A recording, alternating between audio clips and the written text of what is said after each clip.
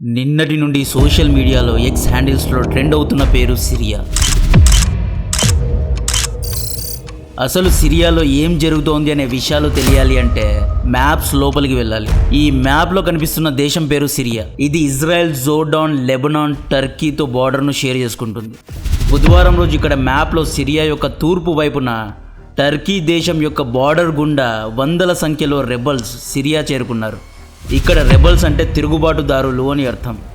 ఈ రెబల్స్ సిరియాలో ఉన్న ప్రభుత్వానికి వ్యతిరేకంగా యుద్ధాన్ని ప్రకటించారు. ఈ ఏరియాలో ఉన్న దాదాపు 50 గ్రామాలను తమ కంట్రోల్లో తీసుకొని సిరియాలోని రెండో అతిపెద్ద నగరమైన అలెప్పో నగరంలోని 50% భూభాగాన్ని రెబల్స్ ఆక్రమించుకొని కూర్చున్నారు. ఈ రెబల్స్ ఎందుకని సడన్గా సిరియా పైన దండయాత్ర చేశారు అని తెలియాలి అంటే మిడిల్ ఈస్ట్ రాజకీయాల గురించి తెలియాలి. గేమ్ మొత్తం ఎక్స్ప్లెయిన్ చేస్తా. ట్విస్ట్లు మామూలుగా ఉండవు.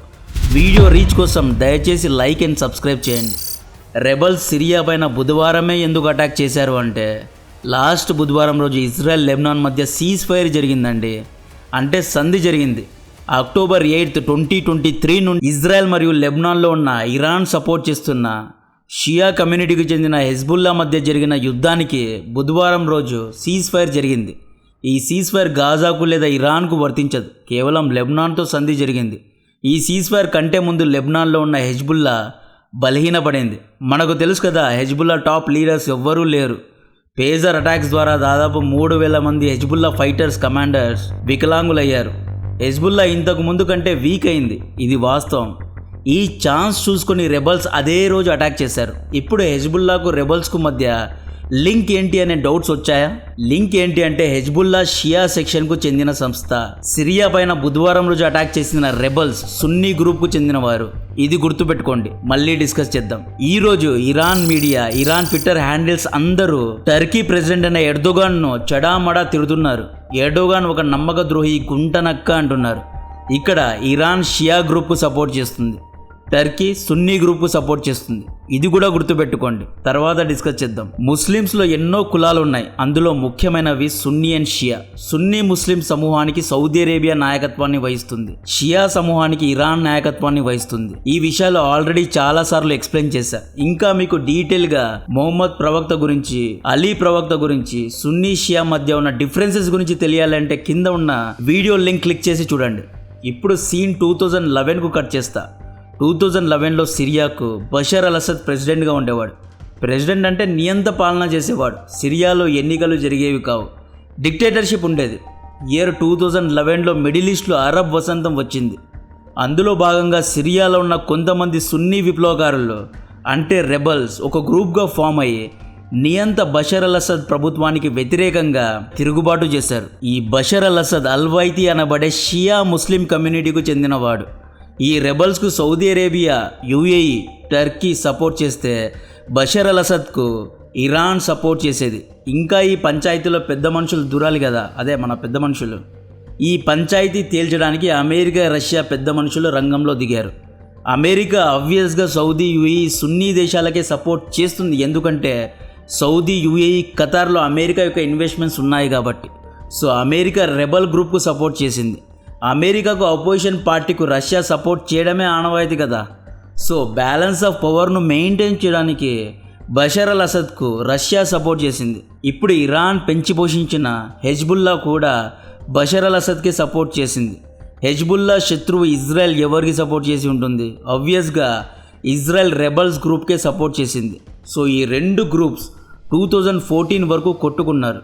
ఇక్కడ రెండు గ్రూప్స్లో ఒకటి రెబల్ గ్రూప్, రెండోది బషర్ అల్ అసద్ గ్రూప్. ఈ యుద్ధంలో చాలామంది చనిపోయారు. దాదాపు 3 లక్షల మంది చనిపోయారు అంటారు. దానికంటే ఎక్కువగా ఉండొచ్చు. బట్ ఇయర్ 2014లో ఐసిస్ యుద్ధంలో ఎంట్రీ ఇచ్చింది.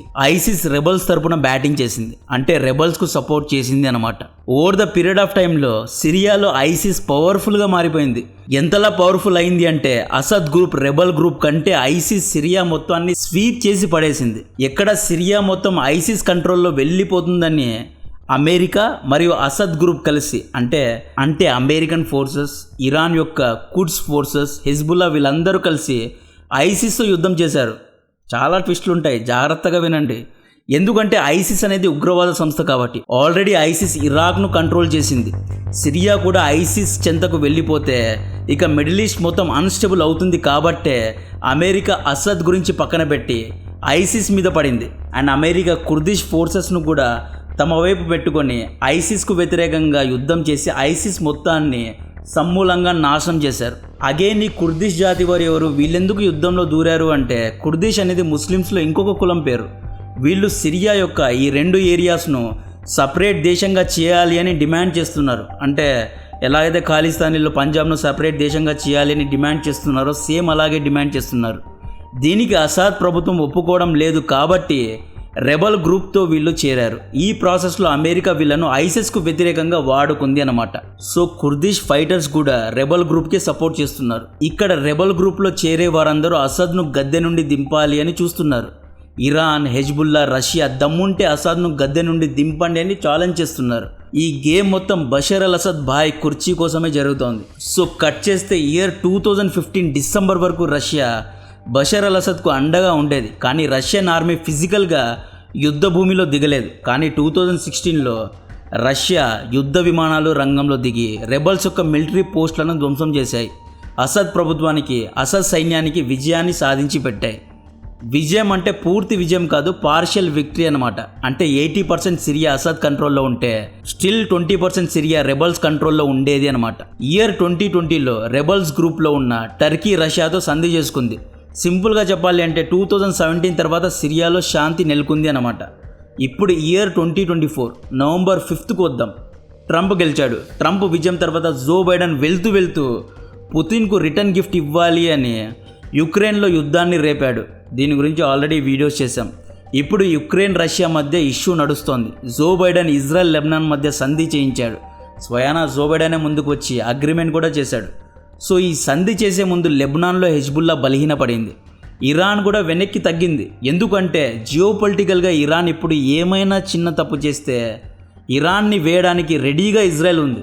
ట్రంప్ క్లియర్గా చెప్పాడు, మీరు ఇరాన్ను ఆపాలి అంటే మొట్టమొదటిగా ఇరాన్ యొక్క న్యూక్లియర్ ప్లాంట్స్ లోపల ఉన్న సెంట్రిఫ్యూజ్ మిషన్స్ని దాడి చేసి ధ్వంసం చేయండి, అప్పుడే ఇరాన్ తగ్గుతుంది అని ట్రంప్ క్లియర్గా చెప్పాడు. సో ఇరాన్ బ్యాక్ ఫుట్లో గేమ్ ఆడుతోంది, ఫ్రంట్ ఫుట్లో ఆడడం లేదు. నవంబర్ 5 కంటే ముందు ఇరాన్ ఫ్రంట్ ఫుట్లో ఆడేది, కానీ ఇప్పుడు బ్యాక్ ఫుట్కు వెళ్ళిపోయింది.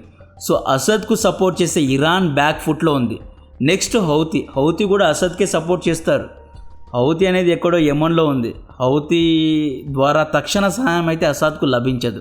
సో హౌతీని పక్కన పెడదాం, హెజ్బుల్లాను పక్కన పెడదాం, ఇరాన్ కూడా బలహీనపడింది. సో బషర్ అల్ అసద్కు కొండలాగా ఉన్న రష్యా ఆల్రెడీ యుక్రెయిన్ యుద్ధంలో బిజీగా ఉంది. సో టైం చూసుకొని 2016లో అండర్ గ్రౌండ్ అయిపోయిన రెబల్స్ మళ్ళీ పేరు మార్చుకొని సిరియా పైన బుధవారం రోజు దాడి చేశారు.